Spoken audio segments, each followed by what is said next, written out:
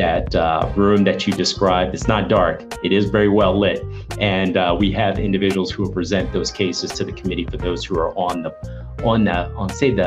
fringes or the edges. Wow, you know what? I remember meeting you. I'd never been to California before. And you just really encouraged me to get out here, check out the campus before applying. All right, excited. I got a buddy of mine here today at GradTalk MBA by Magoosh. Thanks so much for joining us on the podcast today. For those of you who don't know me or new here, my name's Eric Allen. I'm the general manager here at Magoosh, an ed tech company that aims to level the playing field so that you can get into these high quality schools. And we do that by offering affordable test prep and admission services. So the purpose of this podcast is to demystify the MBA application process.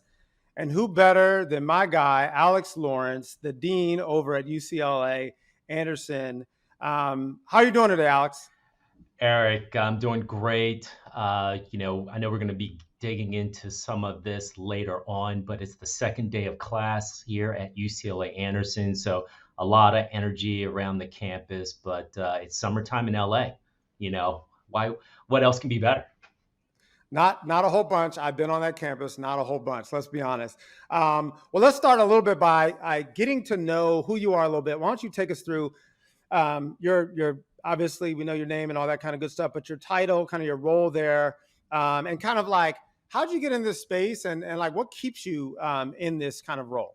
Oh yeah, sure, absolutely. I think something that's important that I don't normally share, but because I take it for granted, but looking back, pre-MBA, all those experiences, I'm a first gen individual, did get my engineering degrees a long time ago.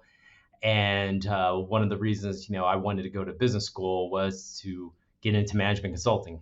So, fast forward after that great experience, I've been a servant leader in the higher ed space. I'm not going to put the years down because a lot of times when I said that, people are like, wow, how long you been at UCLA? Wow. So I try to keep it a little bit years anonymous, but yeah, I've seen a little bit of everything. I know there's a lot more to come, pre, post pandemic and everything else in between. But what keeps me in the game, as I say, is that it's the people.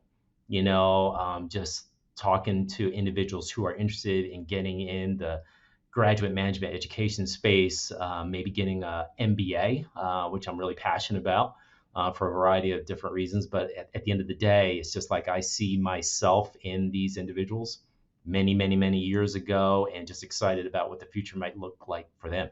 So you're an LA guy. So you got one opportunity. Are you going Rams, Lakers, Dodgers, or some other sporting event that I haven't, like surfing? Like what's the sporting event that if you have time, you're going to see that game? What is it? What's the Laker team that what's the LA team that you're the closest with? Oh man.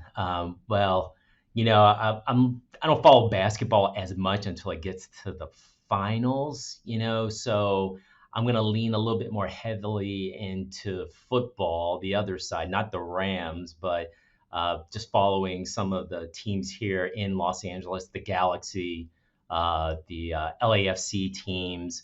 I follow pretty much the English Premier League. So, but anytime there's a ball on the pitch, soccer for those Americans, I'm gonna go to those type of games and check out the action. Just that's all me. I know we're not going to get into my favorite fan bases, but I'm going to be on the soccer pitch. That's me 24/7 if I get that opportunity. And I think we know that's a spoiled LA fan when you're like, I don't even follow the Lakers until the finals. But that's great. So I'm pretty sure you're going to get a lot of messy jerseys and soccer balls to try to get them to influence you to say yes to their application to Anderson. So let's jump in directly into the school. I think where we are today, for those of you who don't know, it'll obviously come out a lot later than today, but I think we just released the application for Anderson. And so it's exciting times, obviously, with school starting and the application coming out and all that kind of good stuff. But like when a candidate first comes to you and says, like, what's up with Anderson? Like, what's the differentiating factors? You've been there for a while. Like, you've had an opportunity to really get to know what the school is all about, not only to see students, but also alums. What would you say really differentiates Anderson from other MBA programs? Yeah, great question. Not in this particular order, but all of them very important. Is that, just taking a step back, today's candidates, I've just seen more and more are looking to either switch their career in the industry, job function, or both. That number has just been creeping up more and more. I know many schools see that as well. For us, it's over 90%, those figures. So the candidates, when they're looking at UCLA Anderson, those opportunities that help them do that is a big advantage for us. We're a school that I won't say caters to everybody, but when you look at the different backgrounds and diversity of interests as well, consulting, finance, technology, real estate, entertainment and media, obviously, social impact, sustainability, the list goes on and on. I think that's one big differentiator for our program. And location, we started off by talking about Los Angeles. When you come into the hotbed of Southern California, especially Los Angeles, there's a lot of different opportunities on the career side, as well as the professional and social development side as well to get involved in the community.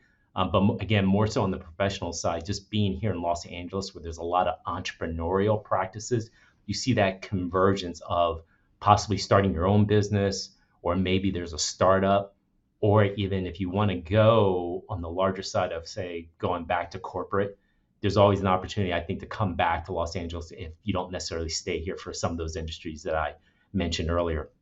And then finally, I know we're going to talk more about the people, and everybody kind of says that, a lot of schools, about the culture and the campus. Me being a seasoned alumnus, I see a lot of the motivations of our students similar to when I was looking at going to Anderson, still consistent today. But as a seasoned alumnus, I just see people doing some really interesting, cool things that really dovetail into what we're seeing in the broader sort of social space, whether it be AI, whether it be being creative in the financial markets, something maybe on the entrepreneurial side, maybe even entertainment media. There's just, again, a lot of different experiences and what people are doing that is pretty fun. And you talked about the people a little bit, Alex. And one of the most challenging things to really learn from a school, that's not, it's hard to speak to on the website, is the people. Can you dig into what makes an Anderson student and also alum, kind of what makes them special, what makes the staff special, and kind of what about the people really makes the type of candidate that would be successful in that type of environment? Well, that's a great question. When I think about our application and even throughout the entire Anderson community, what we look for from an admissions standpoint is individuals who have in their sort of background as well as their interest area the ability to work with teams.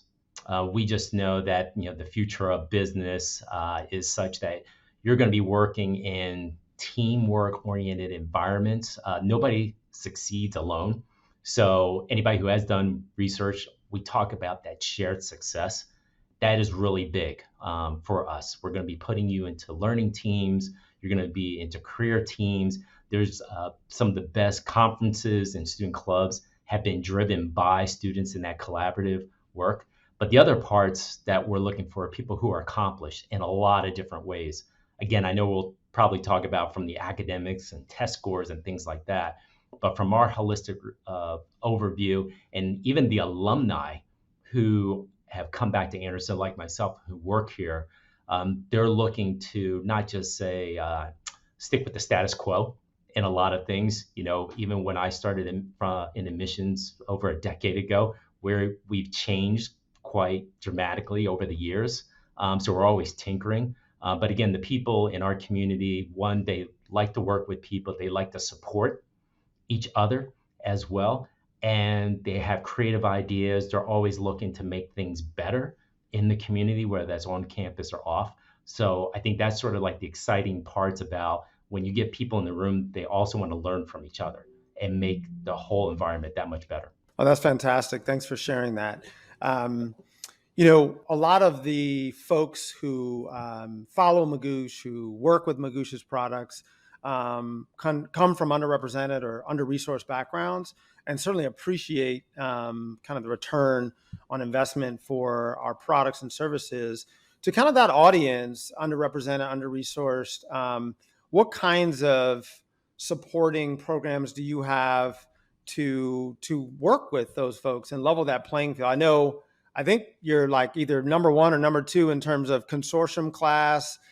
So I know diversity is a big thing for Anderson. So can you talk about some of the things you do for disadvantaged backgrounds?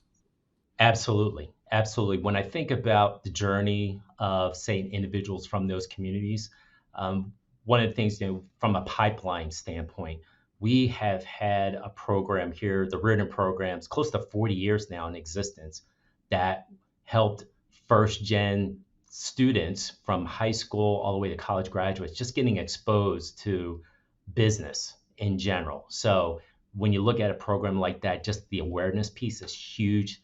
They have free test prep materials in many cases, speakers, faculty. Again, it's almost like a mini MBA at different parts of the journey.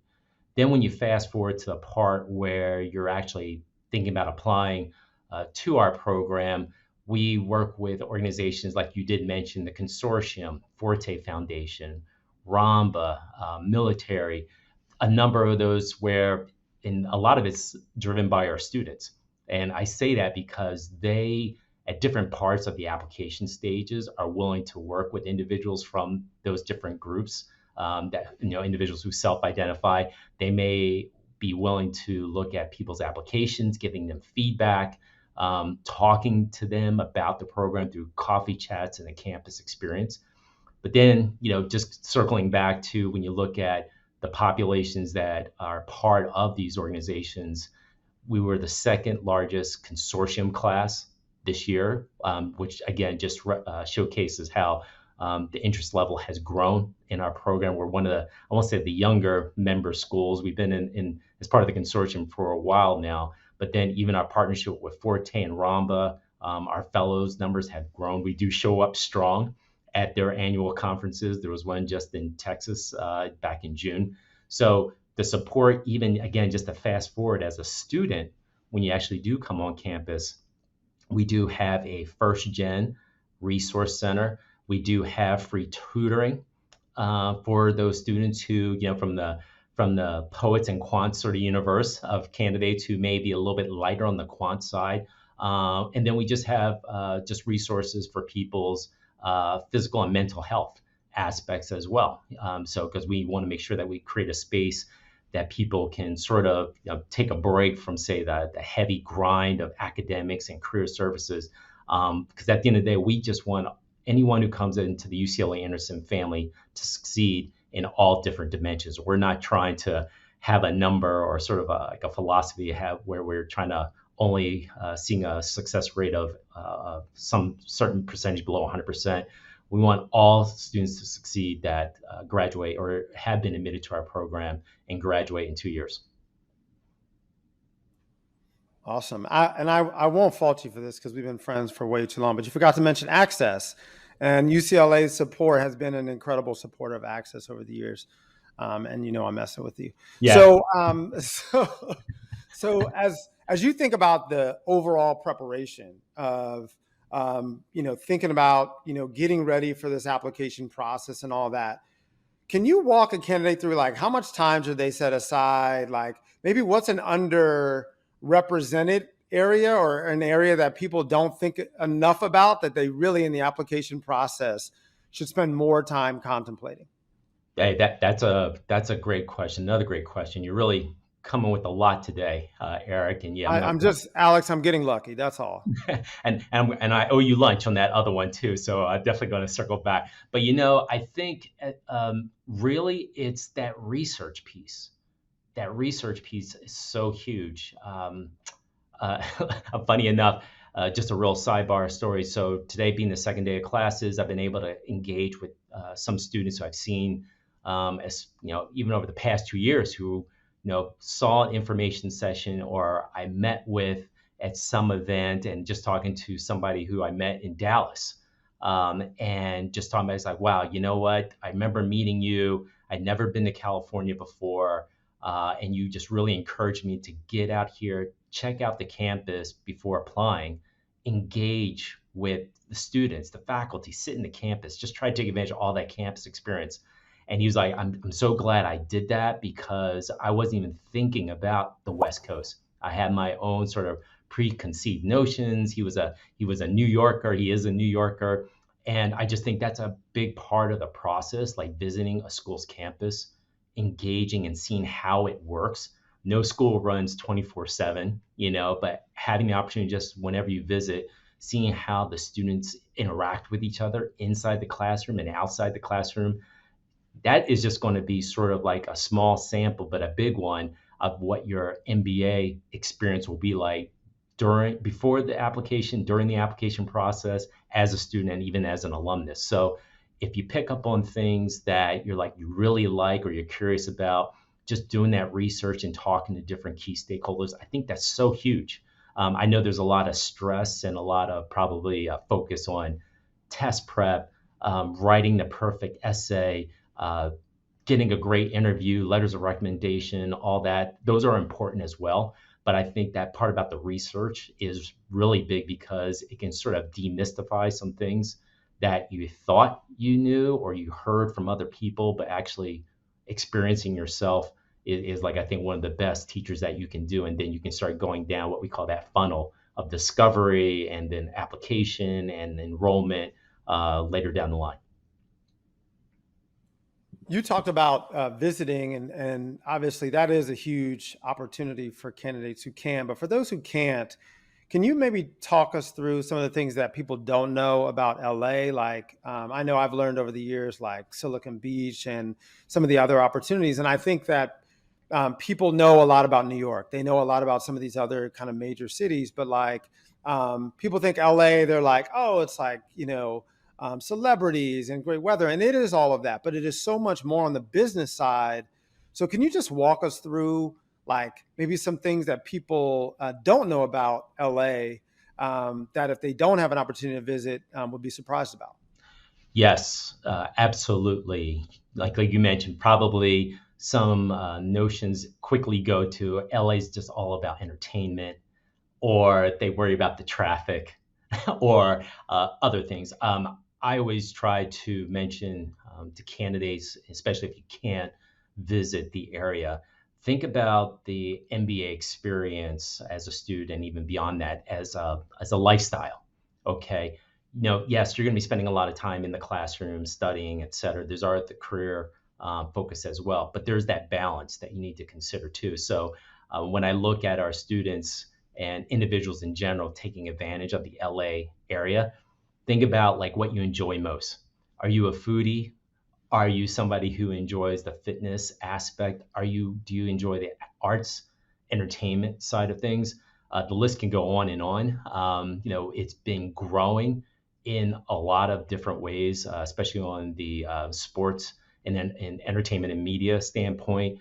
You start off by talking about the Rams. LA is going to be hosting the Olympics in 2028. We had a number of Super Bowls. I know that's heavy on the sports side. But then when you look at a lot of the development that's going on, just talking about social impact, there is that challenge of affordable housing. There's been a number of different commitments, both financially and more from the business community to address that challenge, those issues. You mentioned the Silicon Beach piece as well. So I know many times individuals think about looking to the north, Silicon Valley, but we have a big community down here for those, again, who are interested in sort of that space of technology, startups. Over 60% of our students will traditionally do things beyond just the summer internship.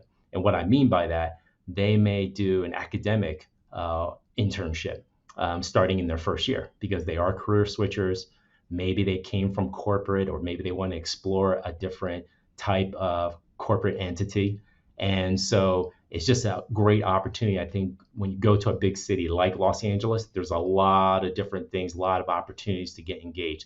I know, me being a Jersey guy again, when people think about finance, they immediately just think about New York City. We do really well out here on the West Coast, from a finance standpoint. You know, the venture capital, the private equity, many on the investment banking side. So, like I said, just a lot of different opportunities. Just depends on what interests you the most, and I think that's why we're a big draw for both domestic and international candidates. All right.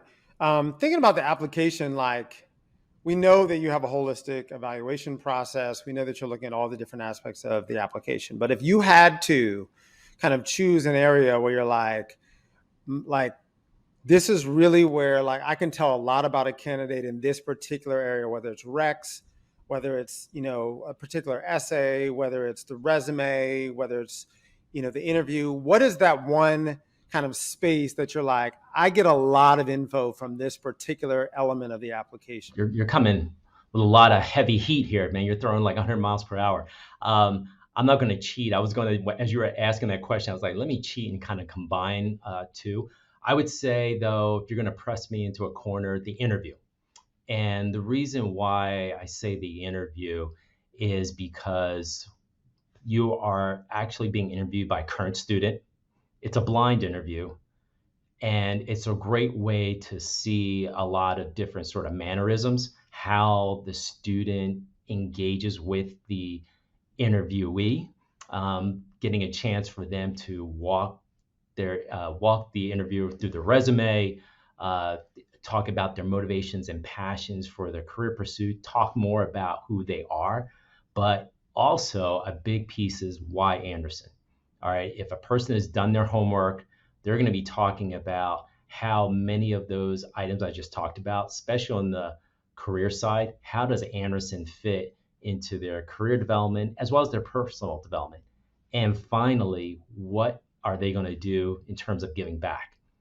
If that interview doesn't reveal information on all those different dimensions, then I get a good sense on how successful they're going to be on the Anderson campus, in the classroom, in their career sort of pursuits, but then also from a community standpoint, how much they're going to be engaged. And like I said, at the end of the day, from the interview reports, the interviewer or the current student is going to basically say whether or not that they would recommend admitting this person. And a lot of times it's like from the standpoint of, can I see myself being on their team, in the classroom, in the career development, or some other community involved activity? That makes sense. And it's interesting that the area that you kind of thought about was an area that you don't control, right? This is something that's done by your current students, and so that's a really interesting perspective for me to take out of it. So when a candidate is choosing like a recommender, do you have specific advice for them and like how to think about it, or another question that might be more relevant is like, are there particular types of letters of recommendation that really stand out for you one way or the other, where you're like, this is super shady. I don't know if they're like, are they really supportive? Are they not supportive? Or like, wow, this is an incredible recommendation. Yes, definitely. We want someone who can talk to at least your experiences in the workplace, primarily from a supervisory position, not somebody who's a coworker. And the reason being is that the questions or the prompts that we're looking for the recommender to answer are things from the sense of, have you ever given them feedback or a critique on a specific aspect or project? How did that individual react or respond? How does that individual rate compared to, say, peers at the organization? And having clear examples in all of those are very helpful. So, as a candidate is prepping somebody to write a letter of recommendation, obviously you're not going to write the letter of recommendation for them, but you're going to give them ideas that you want them to reflect on to give clear examples of how you excelled in the workplace. And even if you did have a challenge, maybe how you also responded to that challenge. Because you've been there before in terms of going to business school. It's not easy. There are going to be those challenges that you're going to have to say rise to the occasion and perhaps respond to. So when we're looking at letters of recommendation, again, some of the don't write it, don't get it from possibly a peer unless they're able to, again, respond to some of the different questions and comments that I mentioned earlier about the criteria that we're looking for. And if you can't get it from, say, a current employer, maybe there's a client that you worked with, maybe there's a community aspect, or maybe a former employer that you can go to. But again, we're just looking for those different pieces to help us get a sort of another viewpoint in sort of your success in the workplace or outside the workplace in the community. When you talked about in the interview, how important it is to make sure that you learn like why Anderson and how Anderson's a good fit. Beyond that, are there things that you see in the interview notes where you're like, gosh, like I see this a fair amount. Like I wish people would do this better, a better job of doing that. Beyond obviously talking about the authentic engagement and interest in Anderson, what is one other factor that candidates can improve on in the interview process? Ooh, let me think. I think we do a really good job on our interviewing process in terms of training our second year MBA students to be interviewers and to really pick up on items. So, for example, I know many times candidates are really set on a plan. They want to go into, say, a specific career, or they are really had their heart set on a location. But I wish candidates would be more reflecting on what if your plan doesn't necessarily go the way you want it to go. Do you have a plan B? Again, you said I'm an LA guy. I'm still a Jersey guy. And I've been out here for a while. All right, so I get it. People move to LA. A lot of our students do stay on the West Coast. They come and fall in love with the place. But what if that one, say, company which has maybe limited number of openings for the summer internship, like say McKinsey. Maybe the McKinsey office only has 15 slots open for the entire MBA market. What if you don't get that one offer? Are you flexible? Do you have a plan B? Maybe it's a different office location. How are you going to get there? And maybe rebound back to LA. So I just would like to see more thoughts and ideas in terms of responses from candidates when they get that, like, what if, what if you can't get to this particular job or industry or company? What's going to be your plan B?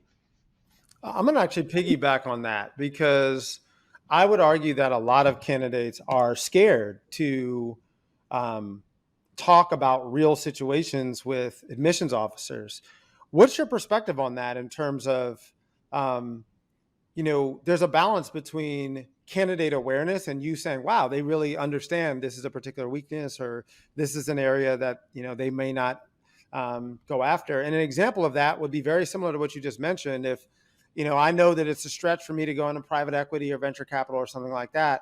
How real do you specifically want candidates to talk about the fact that it's a really competitive market, it's really challenging, and they may not get there? Like, is that important to you? Definitely, definitely, because to me, that again just shows that they have some awareness. I know we've been talking a lot about the career side of things, but it shows them that they have some awareness of the markets, right? And it also can reveal, like, all right, they thought about it, maybe they have a plan, and even if they don't have a plan, but they share that they're willing and they're ready to put in the work, and they can identify some specific resources at Anderson that's going to help them out in the process.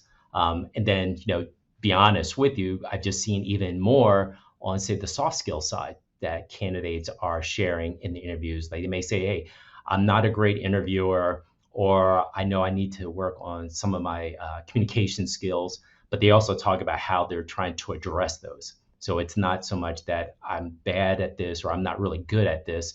and just sort of leaving it as an open-ended sort of answer response. Those are the ones that would concern me because, again, I'm not going to say that we can help everybody, but we want to make sure that the services that we provide align with that individual's needs. So again, career services, student affairs, and more. At the end of the day, if somebody who comes and has that self-awareness about on the career side, academic challenges, you name it, but they thought about it, they put forward a plan, and again, it gives us some idea about, okay, these are the type of things that could, at Anderson, that we can help with that to help that individual. Awesome. Awesome.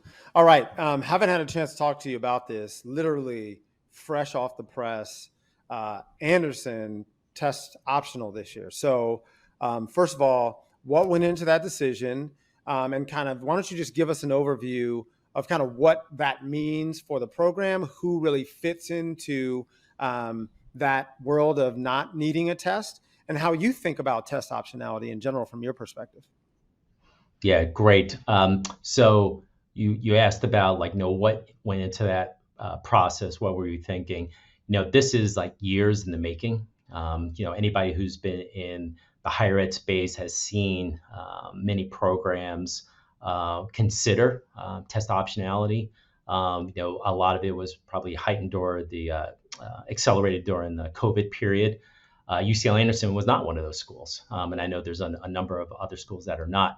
But just in monitoring the market and seeing how not all individuals are great test takers or are able to show their academic success in other ways, we kept monitoring the market. We really thought that, especially this year, we were able to act more on it based on the responses of candidates who have gone through our other programs.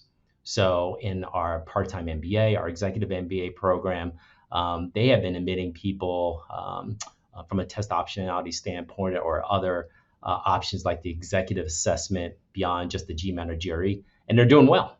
So again, UCLA, which is really grounded in research and data-driven decisions, the business school, especially the full-time MBA program, we were able to finally move that process forward. I'm not going to tell you all the different steps that went into it that include different committees and even approval from the UCLA campus in and of itself, but I really feel good about the place that we're in right now. Like you said, we announced to the world yesterday, again, the application is live today.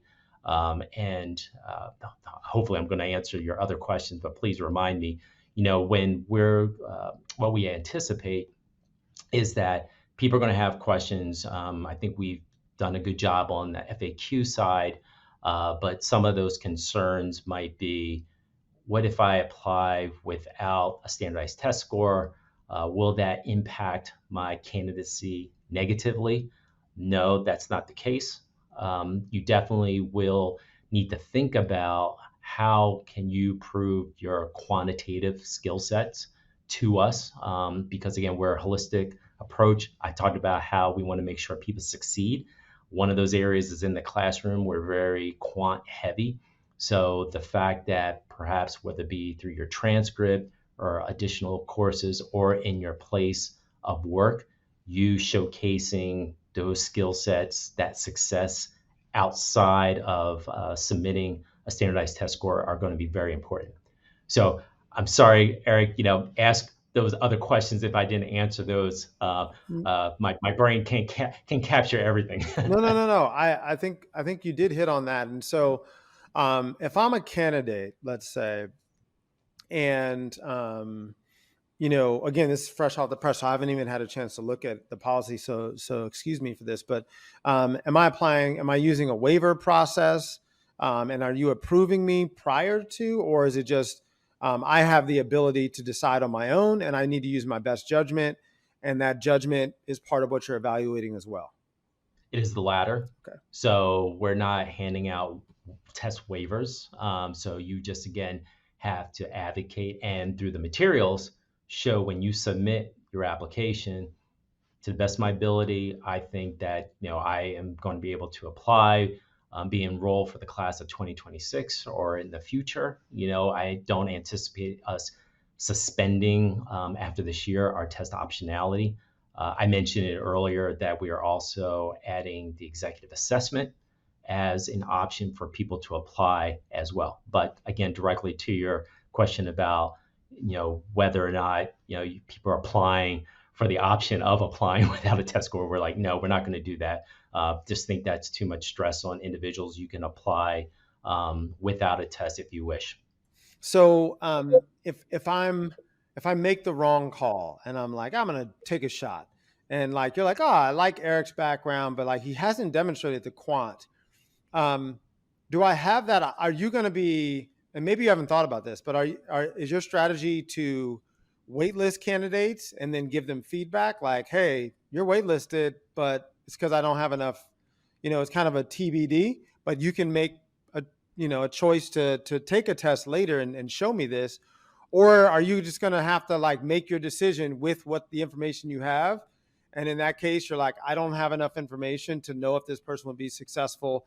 And then I would do it like I would normally do it, like if, say, someone was like, below a test threshold, I'd have to almost make that decision. How do you think about that? Oh, that's great. You're putting me on the hot seat. You want me to open up the black box. I'm going to keep the black box closed, but it is a fair question. And let's just say, and this would also go for somebody who did submit a test score, that from our holistic review, they don't necessarily at that point in time, round one, round two, round three, whatever it may be, maybe because of how we're shaping the class, that individual is not in the threshold of necessarily being admitted, but definitely we still like that individual. We're not going to deny them right away. So what we do with individuals is that, and many do contact us with, and I anticipate a question like that, should I take the test or not? We're going to give them sort of, again, no guarantees that if you take a test and if you get a certain score, you're going to be admitted. We're not that type of program, but we're definitely going to still stress from a self-reflection standpoint that when you think about your overall application, where do you stand in the class, so, per se? I know right now we don't have necessarily a profile publicly that showcases, candidates who have been admitted without a standardized test score. But just thinking about our normal practice and what we've seen in previous years, people are really good about figuring out like, okay, maybe my GPA, they may have a great GMAT score or GRE score, but their GPA is below the threshold that we publicize on our website. And some people have taken upon themselves to take an additional course, submit that to us, and next thing you know, they're off the wait list. Again, kind of circling back to the test, same thing. They can see maybe their standardized test score is outside of our class range, and they'll do that as well. Somebody who I imagine submits without a standardized test will have to kind of think about that as well as part of their application if they're put on the wait list from a self-reflection standpoint, thinking about like, okay, where do I stand in all those different dimensions, without our office saying like, okay, if you do step A, then you're definitely going to be admitted. So hopefully that answers your question. It does. It does. I think what Alex is saying is when you go camping, you might as well bring the bug bite spray just in case you need it, right? Like, so if you're on the border, you're not really sure, bring the bug bite spray. That's what I'm reading into that statement. Yeah, yeah, yeah, I like that. I like that analogy of, and one thing I just mentioned, while you were talking, it just made me think about, for as long as I've been doing this, every year is different, right? I know many have said like, hey, a recession is around the corner or whatever. I've seen years where our application volume went from one year to the next up 30%. I've seen it go down in a different direction. I've seen, because I keep in touch with directors from all the top 25 schools, and we sort of have at least a good sense of what the market looks like, down domestic, up international, vice versa. More women are applying or more people with a finance background, whatever that may be. You as a candidate really don't know from one year to the next what's going to happen. So it's kind of, like a better term, putting your best foot forward, based on what you think your candidacy looks like. Again, whether you're an engineer that's taken a lot of quant classes and has done decently well, or maybe again, you're a poet and you maybe not necessarily taken a lot of quant courses. How are you going to show the committee at UCLA Anderson that you can handle that academic rigor that I mentioned earlier? And there's a variety of different ways. I'm not going to repeat myself, but again, I just want to throw that in that you never know from one year to the next what's going to happen. So Yeah, and the funny thing about it is like neither do you until you get into it, right? And that's what candidates like you can't give guidance because you don't know. Like you don't know yet like how it's gonna you talked about being different from year to year. So it's a great segue into talking about kind of the admissions committee. We talk about like you may not know like what the class is gonna look like until you see those round one apps.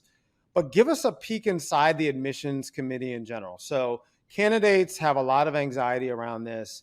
How does it actually take us on a journey, right? The application submitted, what happens? Who reads it? Like, what's the process? What does it look like inside committee, right? Like, do y'all have like, dark lighting? Like, is it virtual? Like, is there music? Like, what's going on? Like, walk us through this whole process. Take some of this, curtain away so that the candidates can feel comfortable that they do have this holistic assessment process. absolutely, absolutely. So the first thing is going to start with our operations team. They're going to make sure that the application is complete. All right. So again, there's a lot of materials. One thing, just I'm always going to throw in some bits of advice. Make sure that the areas that you don't necessarily have a lot of control over, for example, the letters of recommendations, from your recommenders, that they submit them on time. Otherwise, your application can't get evaluated to start with. Maybe it gets pushed to the next round. I think we have a great application system where it shows everything, your status online. So our operations team makes sure, first of all, it's a complete application. Then, and how big my mighty team of admissions officers are. I'm not going to say the number, but what we essentially do is that we divvy up the applications to individual readers.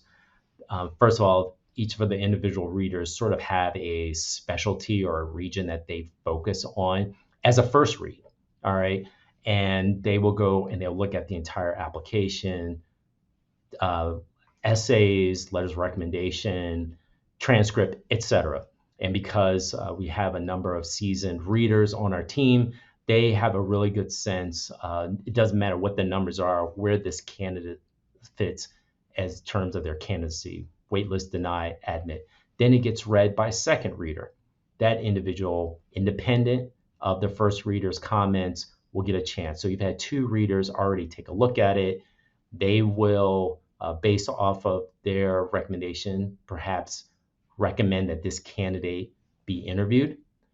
That individual who gets notified to be get recommended for an interview will have an opportunity once they look at our online system for an interview to select a time. They don't know who will be interviewing them, but it is a trained second year MBA student that they can schedule a 30-minute conversation about why they want to join UCLA Anderson, how they want to give back.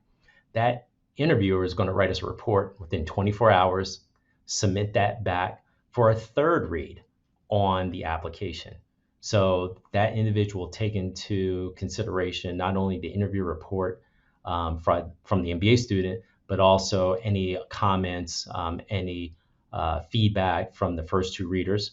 And then if that candidate is recommended for admit, that comes across my desk. So I will read the entire application. I like to read it without any comments, without any input from the interviewer. And then I will score that and look at it. And I will make my recommendation for admit, deny, or waitlist. Then it gets passed on to a faculty committee.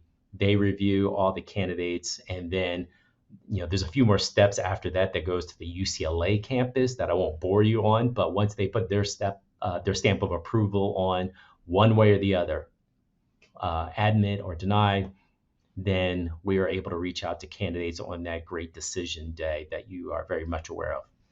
So just, without counting all the different steps, there are multiple people who are reviewing that candidacy. We do have, when it comes to those candidates that we may have some concerns around, we will have that room that you described is not dark. It is very well lit. And we have individuals who will present those cases to the committee for those who are on say the fringes or the edges of whatever that decision might be, whether it be to advance to an interview, whether it be somebody who we want to admit or deny. So there is that advocacy piece that's brought to a larger separate group as well. And then when are financial scholarship and fellowship decisions made? Are you recommending that with your recommendation once it comes to your desk? So it's like admit with this, or once it goes through your final approval, it comes back and then you kind of manage that on a portfolio basis round by round? Yeah, so after I've made my recommendation for admission, the fellowship committee looks at the entire pool of individuals. And again, based on our own rubric, and for all those different groups and different stages I mentioned, we do have a rubric every stage. And so with the fellowship committee, they will decide which tier of candidates at a certain I won't call out the acronym that we use, but it's basically off of the strength and competitiveness of their application will receive a certain amount out of our fellowship budget. All right. So you're not allowed to throw any Bitcoin on top of that for candidates you really want or anything like that. It's just you kind of got to go through the normal process of. Right. Exactly. Exactly. If anything, I'm looking to invest in anybody who's starting a new Bitcoin, so I want to get an early stage investment in.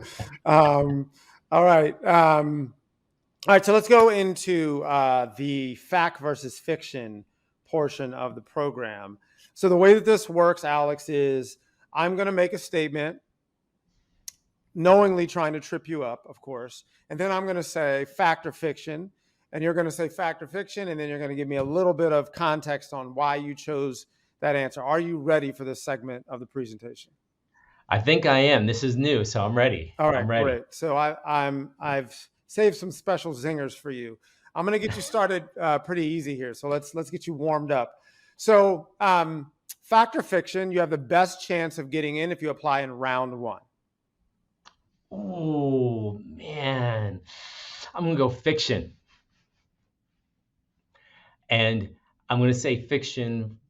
Reason why is because, yes, round one, Anderson, we target a class size of 300, so there's all those seats available. I will put a caveat in there that when you apply round one or in the earlier rounds, round one or round two, that at least you'll get a decision early in the process. I'm not going to kid myself into thinking that candidates will only apply to UCLA Anderson. But if you get your decisions back earlier, you'll have a better chance among all the other schools to really figure out what is the right program for you. My caveat, and I'm sorry, is that I'm cheating in the game, is that when you apply round three, there are fewer seats made available. You said it earlier. Now we have a better idea, not only what the class could potentially look like, but what the entire market will look like for all schools. So somebody who's applying in round three, fewer seats, the market is set. But if there's still like a strong competitive candidate, we're going to admit that person. How did I do? You did pretty well, but you're definitely cheating. So we know, like when you play basketball, you probably give a nice little push away to create a little bit of space. So we already know you have a little bit of cheat in your game, but that's okay.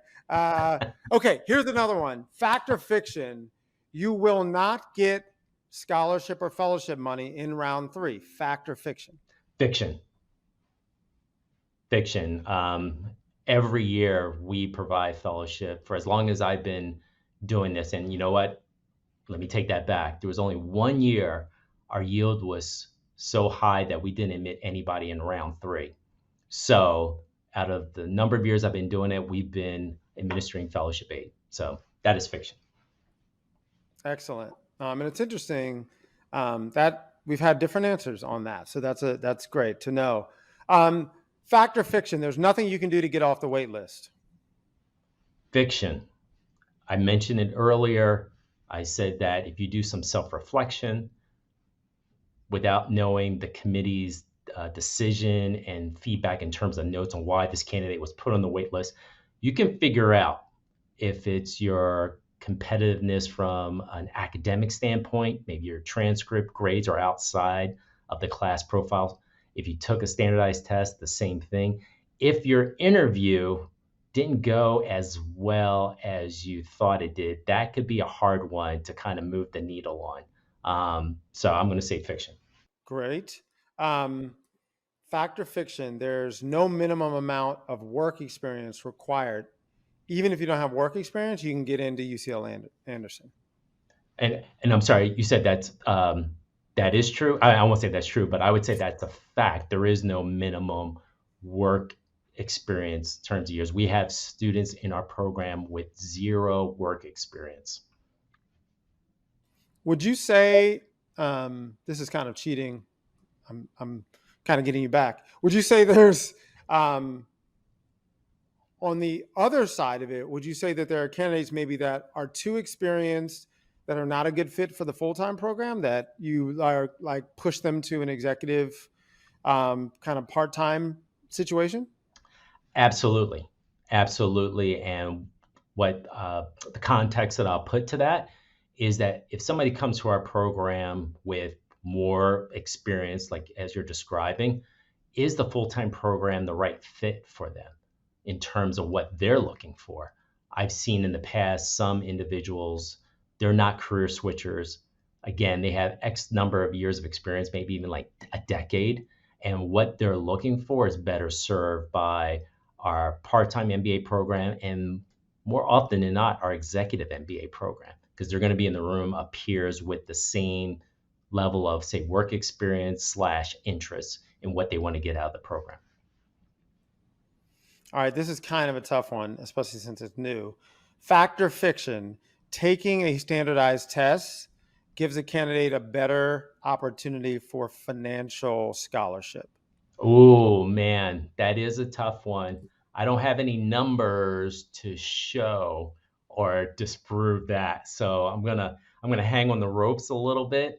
I'm gonna say fiction for now because one, I just don't have the numbers, and I haven't read or seen anything from all the sort of reporting agencies that showcase that. Maybe I'm not looking in the right place. Maybe I need to go to my AI engine, but I'm gonna say I'm gonna go fiction on that one. I tried to MMA move you into the corner and you were able to get out of it. So I like the way you were able to do that. All right. Well done, Alex. That is the end of fact or fiction, but we are now going into our rapid fire round. And the way this round is played is that we are going to, we being me, but I sometimes refer to myself as we will ask you a question, or we will state a statement actually, and then you will give me a one word answer. You can cheat as you have shown in the past, your desire to do so. And you can give me multiple words, but I want you to get as close to one word as possible. I'm going to give you a statement like I would say New Jersey, and then you might respond with smelly or something like that, right? This is all I made this up on the fly, Alex. So this, like, don't take any offense to it. But we're going to make a statement, and you're going to give a one word. Are you ready for rapid fire? Oh my goodness. I hope my responses are just as rapid. So, yes. All right, here we go. The first rapid fire statement is the perfect applicant. Ooh, competitive. Like that, like that. Number two, the feeling of getting accepted into your dream program. Exhilarating. We have a poet on our hands. Number three, the GMAT.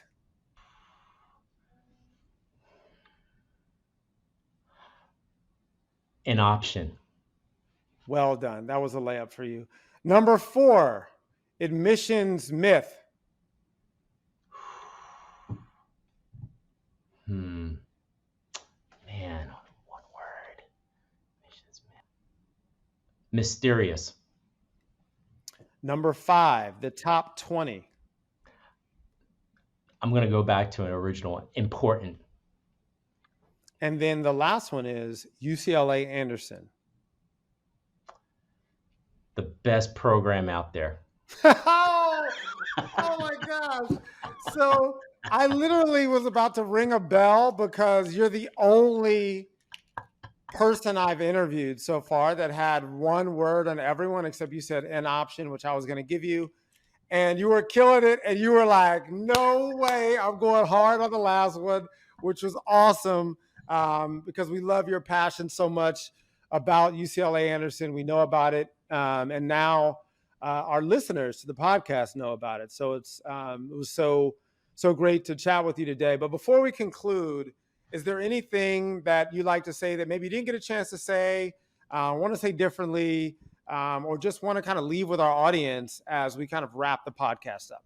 Yeah, no, Eric, again, I appreciate this opportunity. We've been doing this for a number of years, and we talked about the opportunity of the MBA. You have that degree, I do too. We've seen others flourish with it.